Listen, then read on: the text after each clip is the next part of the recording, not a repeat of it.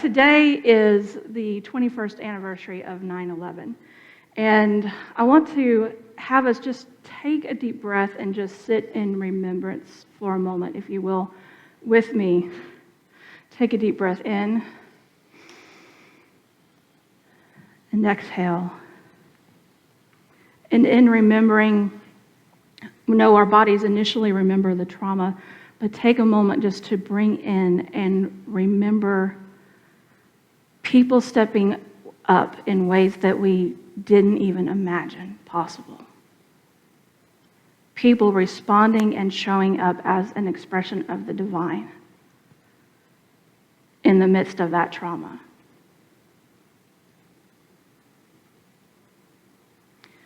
And so we give thanks for remembrance, the holiness of remembering, and the energy of remembering that still brings us to move forward today. So it is, and so we let it be.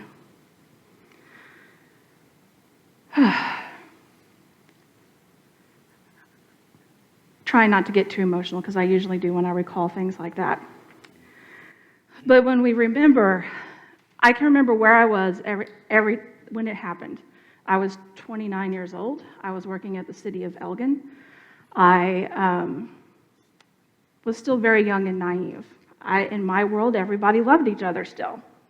Things didn't happen that were bad, even though I read in the history books. And so I remembered kind of what I did and where I sought comfort. And one of the first phone calls I made was to my grandparents, to my Babo and Papo, because I knew they had lived through World War II. They lived through the, oh my God, did this just happen? And move forward past the, oh my God, did this just happen? And I remember asking Papo, Grandpa, are we going to be okay? And there was the comforting Grandpa, yes, honey, we're going to be okay. There was the soldier that said, oh yeah, we're going to be okay. But there was the tenderness of, this moment's going to change us. And so I'm visiting trauma and calling y'all to recall times of trauma in your own life, whether it was that particular event, it could be something personal that you have. But as we're working on times of trauma today, at times of trauma, serve lemonade. Spelled AID on purpose, emphasis on serve. And so I'm going to move you through the power of God that is within us, the importance of that when we're going through trauma, when other people are going through trauma. I'm going to move you through why do we even need to do that? And I'm going to move you through how we impact the world on many, many levels when we do this. So I will start out with the Charlesiest Charles Fillmore quote that there ever was, and I'm going to read it twice because I had to read it twice because it's Charles. Charles is co-founder of Unity along with Myrtle. He gets a little more heady, Myrtle's a little more hearty. Get ready, here it comes. It is true that all our power comes from God, but it does not follow that the character of the thing we term power is the same in the unexpressed as in the expressed. And I had that same look that y'all have right now when I read it. I was like, okay. So again, it is true that all power comes from God, but it does not follow that the character of the thing we term power is the same in the unexpressed as in the expressed. Street terms. If we don't feel the God nudges that God nudges us to do, then the great power that's behind that, the potential that's building up, is not fully expressed to the potential that it can be. It doesn't mean that it doesn't ever happen. Somebody else may pick the nudge up. But imagine if both of those people got the nudge and only one of them answered the nudge. So, the character of that thing is more powerful in the expressed than it is in the unexpressed.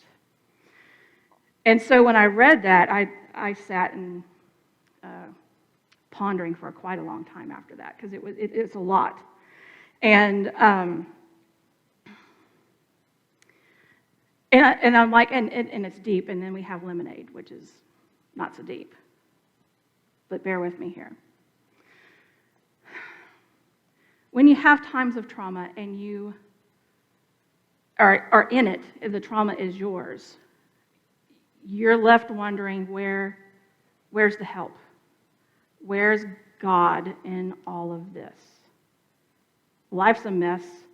It stinks. Where are you? When you're on the outside and you're looking in, and the other person is going through the trauma, and if you take the time to be in the stillness and listen, you are the expression of God. I was thinking about you today. Are you okay? I got one of those this week. It meant the world to me. It is let me show you how to rise and move through this trauma. Let me give you all the knowledge that I know when I had trauma and help you move through it. And so, as we do in unity, I'm like, there's bound to be metaphysics behind some lemonade. I'm going to find it. So, lemons metaphysically represent spiritual openness and clarity. Think about it. When you cut open a lemon and you smell that lemon, your eyes can't help but open. It's like it just happens.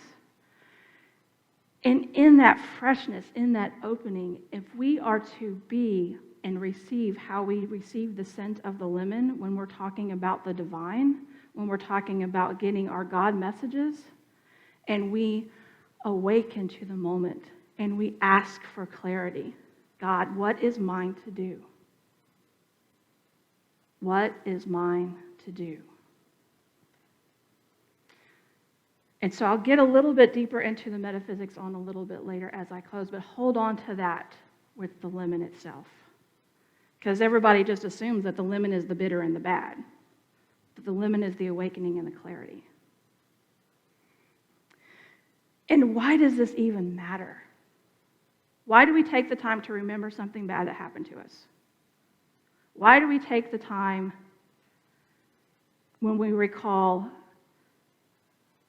a bad relationship you went through? Changes in your world, changes in stability around you that you didn't think was going to happen. How do you move with that? And here's the thing. The trauma itself didn't change us into who we are. How we respond and how we react to that trauma is what forms us into who we are now. Amid all of the ick and the disappointment, the anger, the sadness, the poor me's, somebody expresses as the divine and comes in. And so, while I know in Unity we talk a lot about the God within, the God within. And it's important to listen to that because we won't know how to do the God without unless we do the in. But when you say, God, I need help with,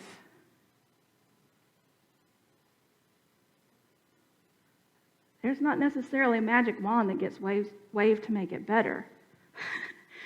It's the people that listen to the God nudges that transmute and transform the negative energy into good. Yes, we have the power to transmute and transform negative energy into positive energy. Why? Because God is all good and all powerful, and we are expressions of the divine. the power within you when you're listening from here. If you listen up here too much, that could be dangerous. But if you're heart-centered and you listen, you have the power to fully change and transform the world. Sometimes for us in ways we won't even see till generations down the road. Think about it. Somebody listened to the nudge, and the divides that we knew mid-19th century are less than they are today. We still have work to do, but it's less because somebody listened to the God nudge. Somebody listened and said, I'm going to be brave to make the change. And so it happens. And when I reflect back on 9/11, I was reminded in dinner with a dear friend of our neighbors, our country neighbors around us. Airplanes were ordered. Land where you are. No more flight. So you had people who were coming home, people who were coming to the United States to tour and to visit, people that were traveling about, maybe they were heading out but couldn't. And the neighboring countries, not necessarily, the governing bodies, yes, but it was the people, the ordinary people like you and I, that said, these people are going to need a place to stay. I bet they're hungry. And they welcomed them into their homes, not knowing who they were, not knowing where the background was, not caring what their skin color was, not caring about all the things that we usually trivialize every day. For a split moment in time, we were each other's brothers and sisters. We were each other's keepers. We were each other's siblings.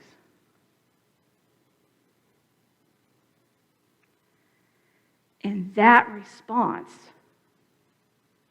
changed us. It changed the world.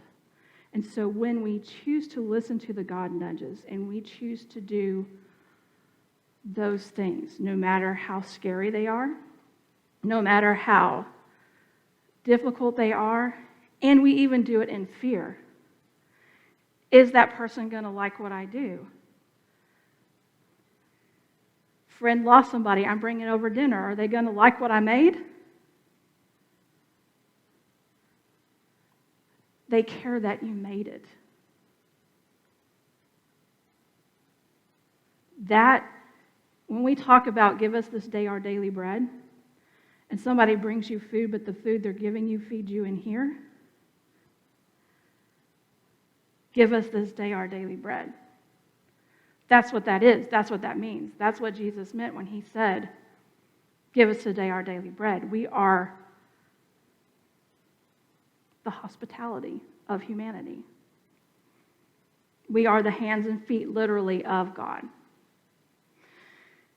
And so, at times of trauma, serve lemonade. Lemonade's not going to be the same for me ever. And lemonade's not necessarily my favorite drink. But, I'm thinking hospitality and southernness, and you always offer somebody a beverage to drink when they're going through a hard time, whether it's coffee, tea, lemonade, water, whatever. And so I'm looking at the lemonade. I've got the lemon as the spiritual openness, the spiritual awakening, the clarity. And we have sugar. Or artificial sweetener. Usually for me, it's going to be the artificial sweetener because, #diabetes. But the sweetness is the emphasis. The love is the emphasis. When that is poured out, you can't help but get a ripple effect. So if you're going through the supermarket and you smile at somebody that you just sense they're having a bad day, and it's just, and you make eye contact and you smile,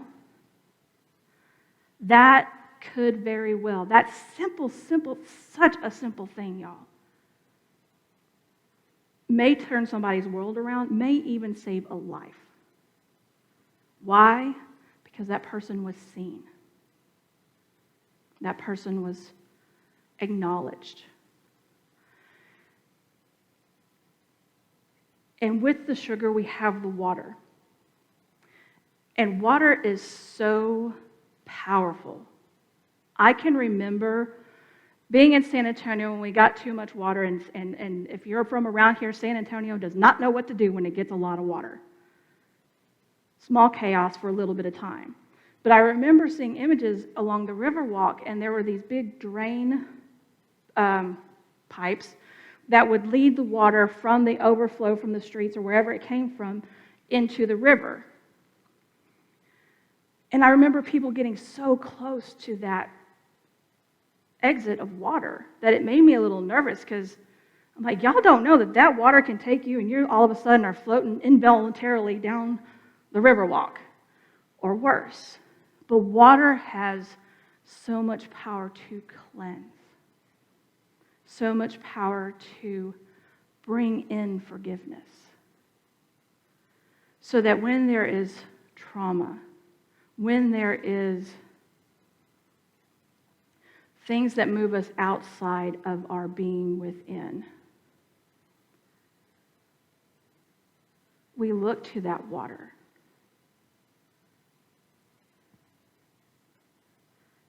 Bible reference is living water. Come to me and you will never thirst. When you focus on the divine, you will never thirst. The divine will lead you wherever you need to be. And so when you pack up faith in God being for there helping us cleanse and move forward, when you pack up the sweetness and the sugar and the love that moves forward when we listen and we heed the call of where God is calling us to go and be and to do and to move forward, and you mix that with our spiritual openness to not only think outside the box, but to not even have a box that things go into. We don't need a box. We don't need a box, because God is everywhere present. There's no spot that God is not. And so when you combine all of those things, you can truly, truly, in times of trauma, serve lemonade.